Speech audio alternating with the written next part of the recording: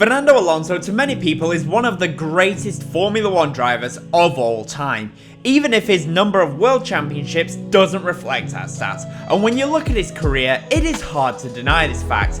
He was the man to end the reign of the great Michael Schumacher, and he pushed Sebastian Vettel to the limits in a slower Ferrari car in the early 2010s. Even today at 41 years old, Fernando Alonso is still at the sharp end of the grid, pushing drivers who are in faster cars to their limits. And so today I am going to be looking back at the incredible racing career of Fernando Alonso. If you enjoyed the video, please hit the like button and subscribe for more F1 content. Now let's get into the video. As with all great Formula 1 drivers, Alonso begun his career at the ripe old age of 10 years old in go-karts. He won the Spanish Junior Championships 3 times in a row in 1994, 95 and 96. And in 1998 he finished in second place in the European Championships. In 1999, Fernando moved into single-seaters by taking part in the Euro Open by Nissan. Now, it may be called the Euro Open, but in reality it was more like a Spanish Championships. There was 8 race weekends and 6 of those were in Spain. Anyway, Fernando entered this and, well, he won the championship. During the championship, he faced off against future F1 driver, the incredible and legendary Giorgio Pantano. I mean, he drove for Jordan, and well, in a way, that is the team that is second right now in the championship, with Fernando Alonso, who actually drives for them. Funny how small the world is sometimes. During this time, Alonso took on a manager, and this manager was, well, a big Italian man called Flavio Briatore, who would be somewhat important to his future. From there, he was off to Formula 3000, and well, Formula 3000 is kind of what Formula 2 is today, in the sense that it is the final rung on the ladder before Formula 1. And at this point, Fernando was only 19 years old, which back then was very, very young. It's not like today when drivers are entering F1 at 18 or even 17 in Max Verstappen's case, and this field that Fernando was in was not a particularly weak field either, considering he was a rookie. In this field, he was racing against multiple other future F1 drivers such as Christian Albert, Enrique Benaldi, Sebastian Bourdais, Justin Wilson and Mark Webber, so I'm sure you've heard of at least one of these drivers. Fernando finished a respectable 4th place in the championship and was the second best rookie behind only Mark Webber, but Webber was driving for the Arrows Formula 3000 team, so probably had a bit of an advantage.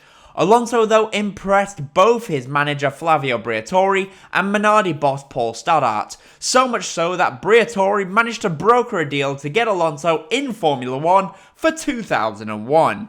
The class of 2001 F1 rookies was probably the most iconic ever.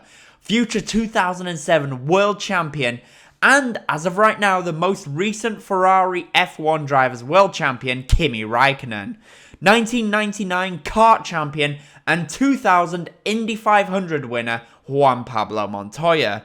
Future 2-time world champion, Fernando Alonso and Enrique Benaldi. For Alonso, 2001 was all about getting on track F1 experience. Minardi was not a team that could ever challenge anyone. And for those new to F1, think of Minardi like the 2021 Haas car. Except Minardi was like that every single year.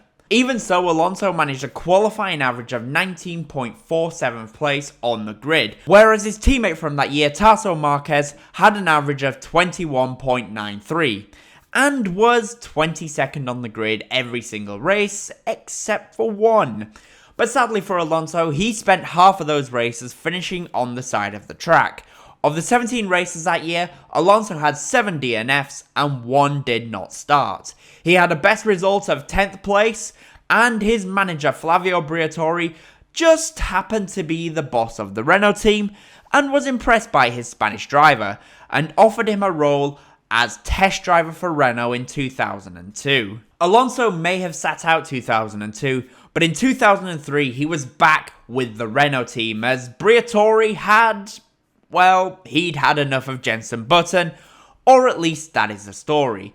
2003 was one of the greatest F1 seasons from the 2000s, And for Alonso in the Renault, he managed something that many thought would not be possible. He secured pole position in the second race of the year in Malaysia, and he managed his first ever podium the next day in that same race.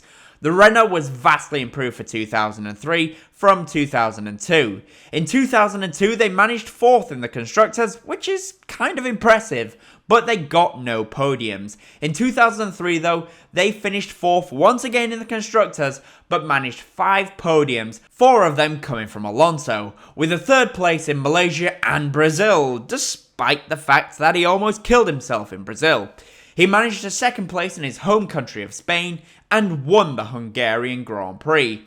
Overall, it was a very successful year, and it's fair to say Briatore was right about getting rid of Button for Alonso. 2004 for Alonso, in terms of points finishes, was an even better year. He improved from finishing in 6th place in 2003 to finishing in 4th place in 2004, but he didn't win any Grand Prix that year. He did though manage 4 podiums once again, with a 3rd in Australia, 2nd in Renault's home race at Magny-Cours in France, and then a 3rd at Hockenheim, and once again in Budapest. Despite teammate Jarno Trulli winning the Monaco Grand Prix that year, he was thoroughly outclassed by Alonso. He was even replaced by 1997 world champion Jacques Villeneuve, and well, Alonso destroyed Jacques as well. Thanks for coming, champ. 2005 was an incredible year for Alonso, and he really hit his stride this year. The rules may have been changed to stop Schumacher, Ferrari and Bridgestone from dominating, but Alonso made the most of that change in what was the 2nd fastest car from that year. His main rival, Kimi Raikkonen, may have been in the faster car, but it was speed versus reliability and consistency. For Alonso, he was simply more consistent. Alonso had 15 podiums this year, with 7 of those being victories, and only had 1 DNF to his name in Montreal. Whereas Kimi Raikkonen had 3 DNFs to his name, and in the races he had to come through the field a lot due to an unreliable Mercedes engine, meaning that he had to take grid penalties. 2006 was another great year for Alonso, but this time his main rival was not Kimi Raikkonen, but 7 times world champion Michael Schumacher and Ferrari, as the FIA changed the rules once again to allow the teams to change the tyres once again, which helped the Bridgestone runners. Alonso would once again repeat the feat of winning 7 races that season, and after a DNF for Schumacher at Japan crushed his dreams of winning the championship and the dreams of the Tifosi, Alonso took full advantage and won that race, which would have otherwise been won by Schumacher, and in Brazil, he just needed to finish in P8. Well, he went a bit better than that, and with finishing in 2nd place in the season finale in Brazil, Fernando Alonso won his 2nd World Championship. It seems like things were going amazingly for Alonso, but at the start of 2006, Alonso announced that he was joining McLaren for 2007, and well, things were about to change for Fernando. In 2007, Alonso was paired with a young rookie driver in McLaren, some new guy called Lewis Hamilton. Not really sure what he would achieve in F1 to be honest, but I'm sure we will find out. For Fernando though, 2007 was a difficult year filled with controversy. McLaren were found guilty of cheating using data from Ferrari supplied to them by Nigel Stepney. This resulted in disqualification from the Constructors' Championship for McLaren and a $100 million fine. Not only this, but both Fernando and Hamilton couldn't exactly get along. In Budapest during qualifying, Hamilton did not get out of the way immediately as instructed, and so Alonso decided that after passing him, he was going to block Lewis in the pit lane and stop him from setting one final lap time in qualifying. Despite Alonso feeling like the team were favouring Hamilton, he still managed 4 wins that season and tied 2nd in the Drivers' Championship with Lewis Hamilton, but both drivers missed out on the championship to Ferrari driver Kimi Raikkonen. After this one tough year with McLaren, he was back off to Renault, swapping seats with Heikki Kovalainen, who was now going to partner Hamilton in the McLaren. By 2008, Renault had fallen down the order a little bit, meaning it would be a little bit more difficult for Fernando. He did, however, manage 3 podiums, all at the back end of the season, and won 2 races, with none of them to be controversial in any way. Okay, that is a bit of a lie. He won the Singapore Grand Prix, but only because his teammate Nelson Piquet crashed out of the race under team orders, which helped Alonso climb up from the back of the field to lead the race due to the safety car pit lane rules that were enforced back then. But he did win the next Grand Prix in Japan without any controversy. But it was definitely a downgrade for Fernando from 2007. And, well, the next year wouldn't be any better. 2009 was another year with Renault, but this was not a good year at all. The car was both slow and absolutely ugly. I mean, just look at that nose. He did, however, score 1 podium, and that was coincidentally at Singapore. And so begins the Ferrari chapter for Fernando Alonso. Things started off really well, as Fernando won his first race for Ferrari in Bahrain. Already this was looking better than Renault the previous year, but this was Fernando's only win until the German Grand Prix, where once again it was a victory for Fernando, but filled with controversy.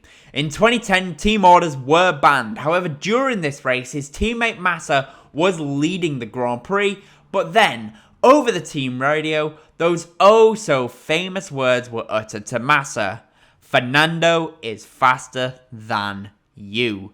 From there, Massa let Alonso through to win the Grand Prix, and it was another win which was sadly filled with controversy. We're now up to 3 controversies with Fernando in 4 years. Not bad going, really. From that victory though, Fernando went on a bit of a charge, with victory at Monza, Singapore and South Korea. He also racked up 10 podiums for the whole season, and Alonso narrowly missed out on title number 3 in the season finale at Abu Dhabi by getting stuck behind the Renault of Vitaly Petrov, which allowed Sebastian Vettel in the Red Bull to win his first world championship, and Alonso missed out by just 4 points. 2011 was a fairly forgettable season for Fernando, although he did somehow manage 10 podiums still, and 1 victory in a Ferrari that was a decent way off the pace of the McLaren and Red Bull. But for 2012, Fernando managed to drag a donkey of a Ferrari all the way to a championship fight with Sebastian Vettel. And for me, this is where we saw the absolute best of Fernando Alonso. The Ferrari, by all accounts, was not one of the fastest cars. On average, Red Bull, McLaren, and at times Lotus were faster. But Fernando was not going to let that stop him. He scored 2 pole positions, both at a very wet British Grand Prix and a very wet German Grand Prix. He also won 3 races, but managed 13 podium finishes.